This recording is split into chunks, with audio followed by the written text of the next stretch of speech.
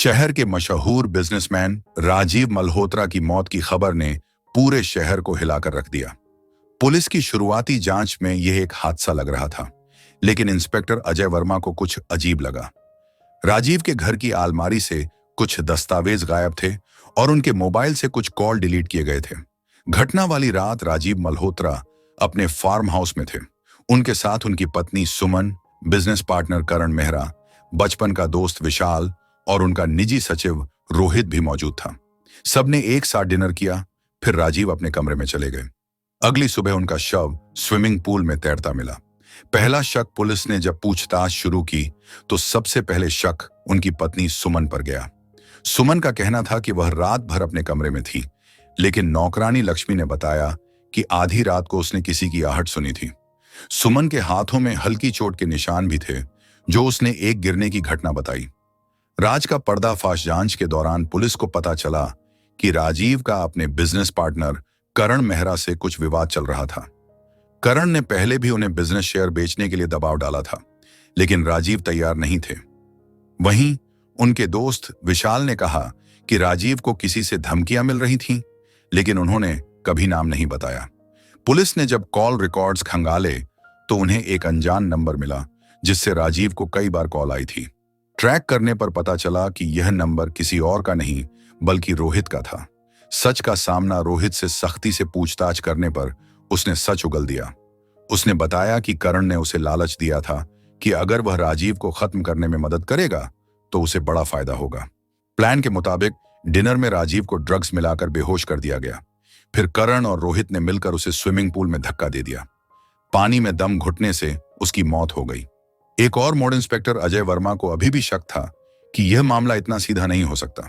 जब उन्होंने राजीव के वित्तीय दस्तावेजों की जांच की तो पता चला कि राजीव ने मरने से कुछ दिन पहले एक गुप्त निवेश किया था, जिसके बारे में किसी को जानकारी नहीं थी। दस्तावेजों में एक गुप्त कंपनी का नाम सामने आया, ब्लैक डायमंड ग्रुप। पुलिस ने जब इस कंपनी की जानकारी जुटाई तो पता चला कि यह एक अवैध व्यापार में लिप्त थी और इसके मालिक का नाम अंडरवर्ल्ड डॉन रफीक लाला से जुड़ा था। कातिल कौन? अब अजय वर्मा की जांच का दायरा बढ़ गया। करण और रोहित तो सिर्फ मोहरे थे, असली खिलाड़ी कहीं और बैठा था। पुलिस ने सुमन को दोबारा बुलाया और उससे सख्ती से पूछताछ की। तब जाकर उसने एक चौंकाने वाला खुलासा किया। राजीव ने अपनी जान का खतरा भांप लिया था और एक गुप्त योजना बनाई थी। राजीव को अंदेशा था कि करण, रोहित और कोई तीसरा व्यक्ति उसके खिलाफ साजिश रच रहा था। इसीलिए उसने अपने कुछ राज दस्तावेजों में छिपाकर सुरक्षित रखे थे। पुलिस जब उन दस्तावेजों को खोजने में लगी थी तभी उन्हें एक और नाम मिला, विशाल। दोस्ती की आड़ में धोखा विशाल, जो राजीव का बचपन का दोस्त था, उसी ने असली गद्दारी की थी। जब पुलिस ने उसका पीछा किया तो पता चला कि वह चोरी छिपे शहर छोड़ने की कोशिश कर रहा था। एयरपोर्ट पर उसे गिरफ्तार किया गया और पूछताछ में उसने माना कि वही असली साजिश करता था।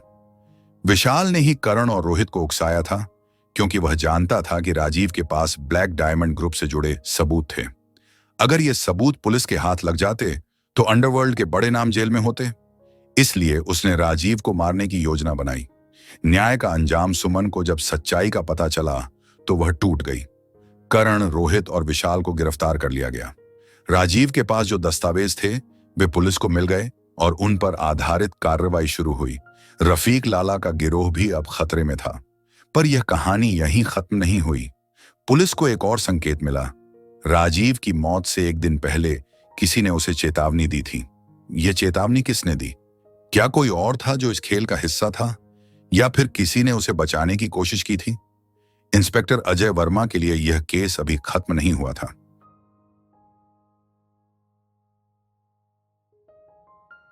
दोस्तों, आपको हमारी आज की ये कहानी कैसे लगी, हमें कमेंट करके जरूर बताएं।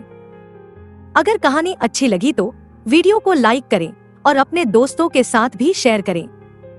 मिलते हैं अगली वीडियो में एक नई कहानी के साथ। धन्यवाद।